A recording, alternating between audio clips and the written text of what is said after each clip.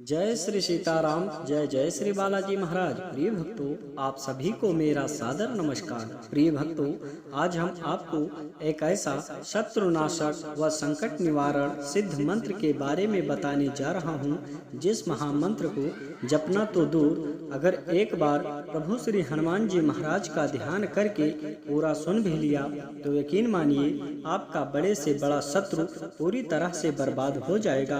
आपका शत्रु आपके सामने घुटने टेक देगा और जीवन में किसी भी प्रकार का कोई भी नुकसान नहीं पहुंचा पाएगा।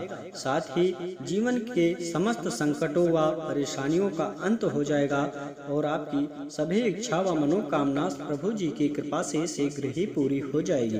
प्रिय भक्तों, व्यक्ति के जीवन में दुश्मनी व शत्रुता एक ऐसा कारण है जिसकी वजह से व्यक्ति अपना कोई भी कार्य ठीक से नहीं कर पाता है। उसे हर समय भय, चिंता व असुरक्षितता महसूस होती रहती है, जिसकी वजह से वो हमेशा चिंतित व बहुत ज्यादा परेशान रहता है। प्रिय भक्तों, जब भी आपके जीवन में परेशानी बहुत बड़ी हो, आपका शत्रु आपको बिना वजह बार बार परेशान कर रहा हो, आपके सभी कार्य बनते बनते बिगड़ जाते हों, शत्रु व जीवन के समस्त प्रकार के संकटों से मुक्ति आप बहुत जल्द ही पाना चाहते हो, तो प्रभु श्री हनुमान जी महाराज के सम्मुख बैठकर संपूर्ण हनुमान चालीसा का पाठ करें और आपको तुरंत ही प्रभाव दिखने लगेगा। यदि आप श्री हनुमान चालीसा का पाठ नहीं कर सकते तो किसी भी एक मंत्र अथवा चौपाई का नित्य ध्यान करके प्रभु श्री हनुमान जी महाराज का विशेष ध्यान करते हुए जप करें या फिर सच्चे मन से पूरा सुने, आपको कुछ ही चमत्कार देखने को जरूर मिलेगा। प्रिय भक्तों, आइए बिना देर किए प्रभु श्री हनुमान जी महाराज का वह शक्तिशाली व अद्भुत सिद्ध मंत्र के बारे में जाने। इससे पहले यदि आप चाहते हैं प्रभु श्री हनुमान जी महाराज की कृपा सदा सदा के लिए बनी रहे तो चैनल को सब्सक्राइब करके कमेंट में जय श्री राम, जय बालाजी महाराज लिखकर अपनी हाजिरी जरूर लगा दें। प्यारे भक्तों, प्रभु श्री हनुमान जी महाराज का यह सिद्ध व चमत्कारी मंत्र पूरा सुनने का प्रयास करें, फिर आपको प्रभाव देखने को मिलेगा। प्रिय भक्तों, यह सिद्ध व चमत्कारी मंत्र है ओम नमो हनुमते रुद्रावताराय देवदानवर्षि मुनिवरदाय रामदूताय स्वाहा। ओम नमो हनुमते रुद्रावताराय देवदानवर्षि मुनिवरदाय रामदूताय स्वाहा। ओम नमो हनुमते रुद्रावताराय देवदानवर्षि मुनिवरदाय रामदूताय स्वाहा। ओम नमो हनुमते रुद्रावताराय देवदानवर्षि मुनिवरदाय रामदूताय स्वाहा। ओम नमो हनुमते रुद्रावताराय देवदानवर्षि मुनिवरदाय रामदूताय स्वाहा। ओम नमो हनुमते रुद्रावताराय देवदानवर्षि मुनिवरदाय रामदूताय स्वाहा। ओम नमो हनुमते रुद्रावताराय देवदानवर्षि मुनिवरदाय रामदूताय स्वाहा। ओम नमो हनुमते रुद्रावताराय देवदानवर्षि मुनिवरदाय रामदूताय स्वाहा। ओम नमो हनुमते रुद्रावताराय देवदानवर्षि मुनिवरदाय रामदूताय स्वाहा। ओम नमो हनुमते रुद्रावताराय देवदानवर्षि मुनिवरदाय रामदूताय स्वाहा। ओम नमो हनुमते रुद्रावताराय देवदानवर्षि मुनिवरदाय रामदूताय स्वाहा। ओम नमो हनुमते रुद्रावताराय देवदानवर्षि मुनिवरदाय रामदूताय स्वाहा। ओम नमो हनुमते रुद्रावताराय देवदानवर्षि मुनिवरदाय रामदूताय स्वाहा। ओम नमो हनुमते रुद्रावताराय देवदानवर्षि मुनिवरदाय रामदूताय स्वाहा। ॐ नमो हनुमते रुद्रावताराय देवदानवर्षिमुनिवरदाय रामदूताय स्वाहा। ॐ नमो हनुमते रुद्रावताराय देवदानवर्षिमुनिवरदाय रामदूताय स्वाहा।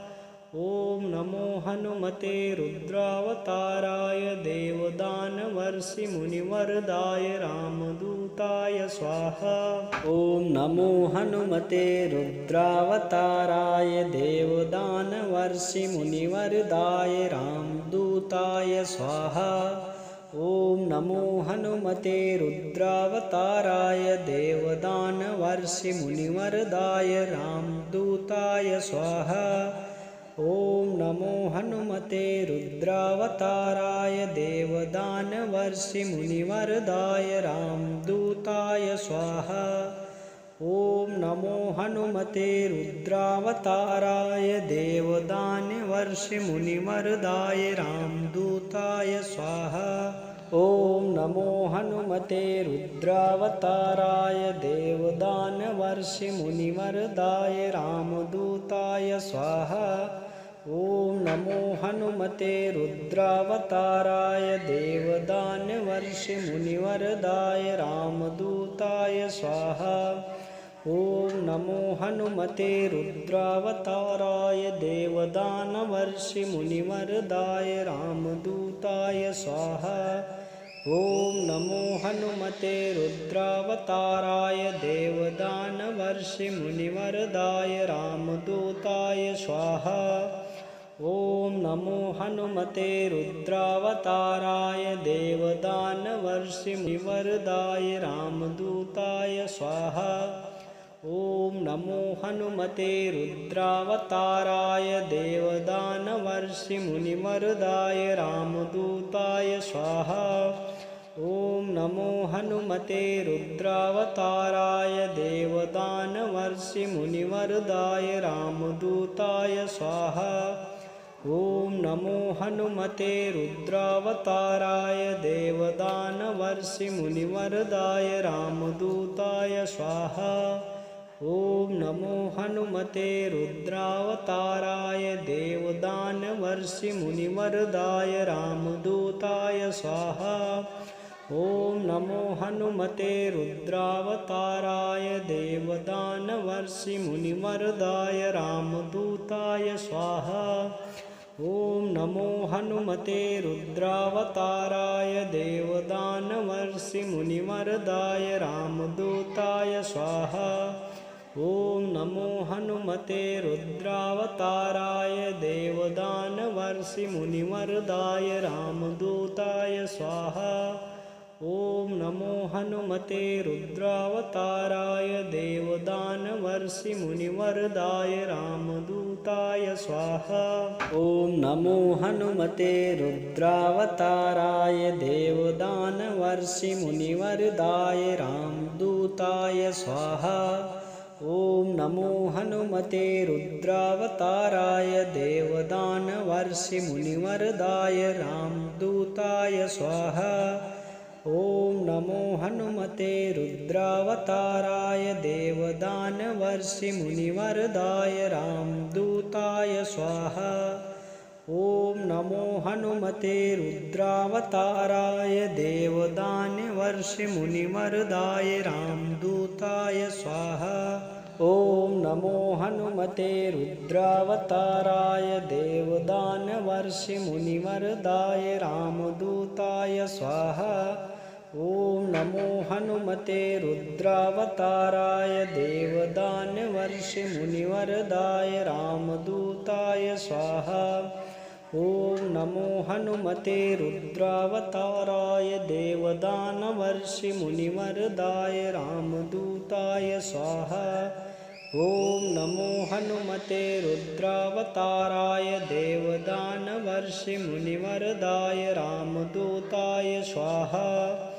ॐ नमो हनुमते रुद्रावताराय देवदानवर्षिमुनिवरदाय रामदूताय स्वाहा। ॐ नमो हनुमते रुद्रावताराय देवदानवर्षिमुनिमरुदाय रामदूताय स्वाहा। ॐ नमो हनुमते रुद्रावताराय देवदानवर्षिमुनिमरुदाय रामदूताय स्वाहा। ॐ नमो हनुमते रुद्रावताराय देवदानवर्षिमुनिमरुदाय रामदूताय स्वाहा। ॐ नमो हनुमते रुद्रावताराय देवदानवर्षिमुनिमरुदाय रामदूताय स्वाहा। ॐ नमो हनुमते रुद्रावताराय देवदानवर्षिमुनिमरुदाय रामदूताय स्वाहा। ॐ नमो हनुमते रुद्रावताराय देवदानवर्षिमुनिमरुदाय रामदूताय स्वाहा। ॐ नमो हनुमते रुद्रावताराय देवदानवर्षिमुनिमरुदाय रामदूताय स्वाहा। ॐ नमो हनुमते रुद्रावताराय देवदानवर्षिमुनिमरुदाय रामदूताय स्वाहा। ॐ नमो हनुमते रुद्रावताराय देवदानवर्षिमुनिमरुदाय रामदूताय स्वाहा। ॐ नमो हनुमते रुद्रावताराय देवदानवर्षिमुनिमरुदाय रामदूताय स्वाहा। ॐ नमो हनुमते रुद्रावताराय देवदानवर्षिमुनिमरुदाय रामदूताय स्वाहा। ॐ नमो हनुमते रुद्रावताराय देवदानवर्षिमुनिमरुदाय रामदूताय स्वाहा। ॐ नमो हनुमते रुद्रावताराय देवदानवर्षिमुनिमरुदाय रामदूताय स्वाहा। ॐ नमो हनुमते रुद्रावताराय देवदानवर्षिमुनिमरुदाय रामदूताय स्वाहा। ॐ नमो हनुमते रुद्रावताराय देवदानवर्षिमुनिमरुदाय रामदूताय स्वाहा। ॐ नमो हनुमते रुद्रावताराय देवदानवर्षिमुनिमरुदाय रामदूताय स्वाहा। ॐ नमो हनुमते रुद्रावताराय देवदानवर्षिमुनिमरुदाय रामदूताय स्वाहा। ॐ नमो हनुमते रुद्रावताराय देवदानवर्षिमुनिमरुदाय रामदूताय स्वाहा। ॐ नमो हनुमते रुद्रावताराय देवदानवर्षिमुनिमरुदाय रामदूताय स्वाहा। ॐ नमो हनुमते रुद्रावताराय देवदानवर्षिमुनिमरुदाय रामदूताय स्वाहा। ॐ नमो हनुमते रुद्रावताराय देवदानवर्षिमुनिमरुदाय रामदूताय स्वाहा। ॐ नमो हनुमते रुद्रावताराय देवदानवर्षिमुनिमरुदाय रामदूताय स्वाहा। ॐ नमो हनुमते रुद्रावताराय देवदानवर्षिमुनिमरुदाय रामदूताय स्वाहा। ॐ नमो हनुमते रुद्रावताराय देवदानवर्षिमुनिमरुदाय रामदूताय स्वाहा। ॐ नमो हनुमते रुद्रावताराय देवदानवर्षिमुनिमरुदाय रामदूताय स्वाहा। ॐ नमो हनुमते रुद्रावताराय देवदानवर्षिमुनिमरुदाय रामदूताय स्वाहा। ॐ नमो हनुमते रुद्रावताराय देवदानवर्षिमुनिमरुदाय रामदूताय स्वाहा। ॐ नमो हनुमते रुद्रावताराय देवदानवर्षिमुनिमरुदाय रामदूताय स्वाहा। ॐ नमो हनुमते रुद्रावताराय देवदानवर्षिमुनिमरुदाय रामदूताय स्वाहा। ॐ नमो हनुमते रुद्रावताराय देवदानवर्षिमुनिवरदाय रामदूताय स्वाहा। ॐ नमो हनुमते रुद्रावताराय देवदानवर्षिमुनिवरदाय रामदूताय स्वाहा। ॐ नमो हनुमते रुद्रावताराय देवदानवर्षिमुनिवरदाय रामदूताय स्वाहा। ॐ नमो हनुमते रुद्रावताराय देवदानवर्षिमुनिवरदाय रामदूताय स्वाहा। ॐ नमो हनुमते रुद्रावताराय देवदानवर्षिमुनिवरदाय रामदूताय स्वाहा। ॐ नमो हनुमते रुद्रावताराय देवदानवर्षिमुनिवरदाय रामदूताय स्वाहा। ॐ नमो हनुमते रुद्रावताराय देवदानवर्षिमुनिवरदाय रामदूताय स्वाहा। ॐ नमो हनुमते रुद्रावताराय देवदानवर्षिमुनिवरदाय रामदूताय स्वाहा। ॐ नमो हनुमते रुद्रावताराय देवदानवर्षिमुनिवरदाय रामदूताय स्वाहा। ॐ नमो हनुमते रुद्रावताराय देवदानवर्षिमुनिवरदाय रामदूताय स्वाहा। ॐ नमो हनुमते रुद्रावताराय देवदानवर्षिमुनिवरदाय रामदूताय स्वाहा। ॐ नमो हनुमते रुद्रावताराय देवदानवर्षिमुनिवरदाय रामदूताय स्वाहा। ॐ नमो हनुमते रुद्रावताराय देवदानवर्षिमुनिवरदाय रामदूताय स्वाहा। ॐ नमो हनुमते रुद्रावताराय देवदानवर्षिमुनिवरदाय रामदूताय स्वाहा। ॐ नमो हनुमते रुद्रावताराय देवदानवर्षिमुनिवरदाय रामदूताय स्वाहा।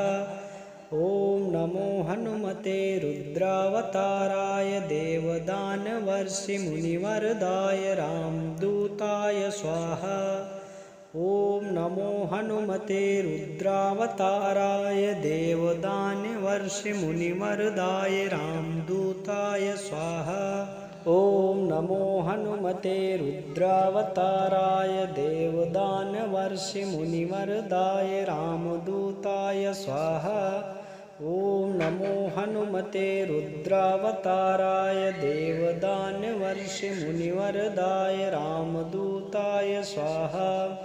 ॐ नमो हनुमते रुद्रावताराय देवदानवर्षिमुनिवरदाय रामदूताय स्वाहा।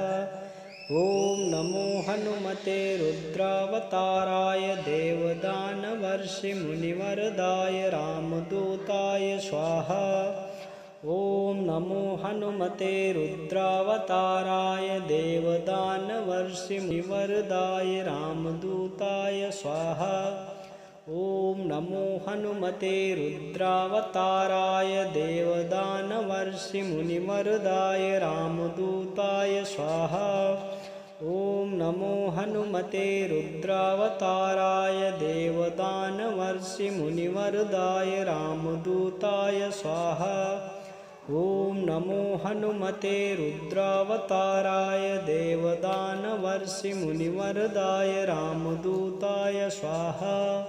ॐ नमो हनुमते रुद्रावताराय देवदानवर्षिमुनिवरदाय रामदूताय स्वाहा। ॐ नमो हनुमते रुद्रावताराय देवदानवर्षिमुनिवरदाय रामदूताय स्वाहा। ॐ नमो हनुमते रुद्रावताराय देवदानवर्षिमुनिवरदाय रामदूताय स्वाहा। ॐ नमो हनुमते रुद्रावताराय देवदानवर्षिमुनिवरदाय रामदूताय स्वाहा। ॐ नमो हनुमते रुद्रावताराय देवदानवर्षिमुनिवरदाय रामदूताय रामदूताय स्वाहा। ॐ नमो हनुमते रुद्रावताराय देवदानवर्षिमुनिवरदाय रामदूताय स्वाहा। ॐ नमो हनुमते रुद्रावताराय देवदानवर्षिमुनिवरदाय रामदूताय स्वाहा। ॐ नमो हनुमते रुद्रावताराय देवदानवर्षिमुनिवरदाय रामदूताय स्वाहा। ॐ नमो हनुमते रुद्रावताराय देवदानवर्षिमुनिवरदाय रामदूताय स्वाहा। ॐ नमो हनुमते रुद्रावताराय देवदानवर्षिमुनिवरदाय रामदूताय स्वाहा। ॐ नमो हनुमते रुद्रावताराय देवदानवर्षिमुनिवरदाय रामदूताय स्वाहा। ॐ नमो हनुमते रुद्रावताराय देवदानवर्षिमुनिवरदाय रामदूताय स्वाहा। ॐ नमो हनुमते रुद्रावताराय देवदानवर्षिमुनिवरदाय रामदूताय स्वाहा। ॐ नमो हनुमते रुद्रावताराय देवदानवर्षिमुनिवरदाय रामदूताय स्वाहा।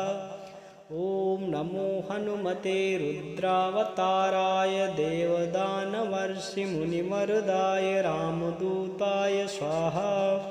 ॐ नमो हनुमते रुद्रावताराय देवदानवर्षिमुनिवरदाय रामदूताय स्वाहा। ॐ नमो हनुमते रुद्रावताराय देवदानवर्षिमुनिवरदाय रामदूताय स्वाहा। ॐ नमो हनुमते रुद्रावताराय देवदानवर्षिमुनिवरदाय रामदूताय स्वाहा। ॐ नमो हनुमते रुद्रावताराय देवदानवर्षिमुनिवरदाय रामदूताय स्वाहा। ॐ नमो हनुमते रुद्रावताराय देवदानवर्षिमुनिवरदाय रामदूताय स्वाहा। ॐ नमो हनुमते रुद्रावताराय देवदानवर्षिमुनिवरदाय रामदूताय स्वाहा। ॐ नमो हनुमते रुद्रावताराय देवदानवर्षिमुनिवरदाय रामदूताय स्वाहा। ॐ नमो हनुमते रुद्रावताराय देवदानवर्षिमुनिवरदाय रामदूताय स्वाहा। ॐ नमो हनुमते रुद्रावताराय देवदानवर्षिमुनिवरदाय रामदूताय स्वाहा। ॐ नमो हनुमते रुद्रावताराय देवदानवर्षिमुनिवरदाय रामदूताय स्वाहा। ॐ नमो हनुमते रुद्रावताराय देवदानवर्षिमुनिवरदाय रामदूताय स्वाहा। ॐ नमो हनुमते रुद्रावताराय देवदानवर्षिमुनिवरदाय रामदूताय स्वाहा। ॐ नमो हनुमते रुद्रावताराय देवदानवर्षिमुनिवरदाय रामदूताय स्वाहा। ॐ नमो हनुमते रुद्रावताराय देवदानवर्षिमुनिवरदाय रामदूताय स्वाहा। ॐ नमो हनुमते रुद्रावताराय देवदानवर्षिमुनिवरदाय रामदूताय स्वाहा। ॐ नमो हनुमते रुद्रावताराय देवदानवर्षिमुनिवरदाय रामदूताय स्वाहा। ॐ नमो हनुमते रुद्रावताराय देवदानवर्षिमुनिवरदाय रामदूताय स्वाहा। ॐ नमो हनुमते रुद्रावताराय देवदानवर्षिमुनिवरदाय रामदूताय स्वाहा। ॐ नमो हनुमते रुद्रावताराय देवदानवर्षिमुनिवरदाय रामदूताय स्वाहा। ओम नमो हनुमते रुद्रावताराय देवदानवर्षि मुनिवरदाय रामदूताय स्वाहा। ओम नमो हनुमते रुद्रावताराय देवदानवर्षि मुनिवरदाय रामदूताय स्वाहा। ओम नमो हनुमते रुद्रावताराय देवदानवर्षि मुनिवरदाय रामदूताय स्वाहा। ओम नमो हनुमते रुद्रावताराय देवदानवर्षि मुनिवरदाय रामदूताय स्वाहा। ओम नमो हनुमते रुद्रावताराय देवदानवर्षि मुनिवरदाय रामदूताय स्वाहा। ओम नमो हनुमते रुद्रावताराय देवदानवर्षि मुनिवरदाय रामदूताय स्वाहा। ओम नमो हनुमते रुद्रावताराय देवदानवर्षि मुनिवरदाय रामदूताय स्वाहा। ओम नमो हनुमते रुद्रावताराय देवदानवर्षि मुनिवरदाय रामदूताय स्वाहा। ओम नमो हनुमते रुद्रावताराय देवदानवर्षि मुनिवरदाय रामदूताय स्वाहा। ओम नमो हनुमते रुद्रावताराय देवदानवर्षि मुनिवरदाय रामदूताय स्वाहा। ओम नमो हनुमते रुद्रावताराय देवदानवर्षि मुनिवरदाय रामदूताय स्वाहा। ओम नमो हनुमते रुद्रावताराय देवदानवर्षि मुनिवरदाय रामदूताय स्वाहा। ओम नमो हनुमते रुद्रावताराय देवदानवर्षि मुनिवरदाय रामदूताय स्वाहा। ओम नमो हनुमते रुद्रावताराय देवदानवर्षि मुनिवरदाय रामदूताय स्वाहा। ओम नमो हनुमते रुद्रावताराय देवदानवर्षि मुनिवरदाय रामदूताय स्वाहा। ओम नमो हनुमते रुद्रावताराय देवदानवर्षि मुनिवरदाय रामदूताय स्वाहा। ओम नमो हनुमते रुद्रावताराय देवदानवर्षि मुनिवरदाय रामदूताय स्वाहा। ओम नमो हनुमते रुद्रावताराय देवदानवर्षि मुनिवरदाय रामदूताय स्वाहा। ओम नमो हनुमते रुद्रावताराय देवदानवर्षि मुनिवरदाय रामदूताय स्वाहा। ओम नमो हनुमते रुद्रावताराय देवदानवर्षि मुनिवरदाय रामदूताय स्वाहा। ओम नमो हनुमते रुद्रावताराय देवदानवर्षि मुनिवरदाय रामदूताय स्वाहा। ओम नमो हनुमते रुद्रावताराय देवदानवर्षि मुनिवरदाय रामदूताय स्वाहा। ओम नमो हनुमते रुद्रावताराय देवदानवर्षि मुनिवरदाय रामदूताय स्वाहा। ओम नमो हनुमते रुद्रावताराय देवदानवर्षि मुनिवरदाय रामदूताय स्वाहा। ओम नमो हनुमते रुद्रावताराय देवदानवर्षि मुनिवरदाय रामदूताय स्वाहा। ओम नमो हनुमते रुद्रावताराय देवदानवर्षि मुनिवरदाय रामदूताय स्वाहा। ओम नमो हनुमते रुद्रावताराय देवदानवर्षि मुनिवरदाय रामदूताय स्वाहा। ओम नमो हनुमते रुद्रावताराय देवदानवर्षि मुनिवरदाय रामदूताय स्वाहा। ओम नमो हनुमते रुद्रावताराय देवदानवर्षि मुनिवरदाय रामदूताय स्वाहा। ॐ नमो हनुमते रुद्रावताराय देवदानवर्षिमुनिवरदाय रामदूताय स्वाहा। ॐ नमो हनुमते रुद्रावताराय देवदानवर्षिमुनिवरदाय रामदूताय स्वाहा। ॐ नमो हनुमते रुद्रावताराय देवदानवर्षिमुनिवरदाय रामदूताय स्वाहा। ॐ नमो हनुमते रुद्रावताराय देवदानवर्षिमुनिवरदाय रामदूताय स्वाहा। ॐ नमो हनुमते रुद्रावताराय देवदानवर्षिमुनिवरदाय रामदूताय स्वाहा।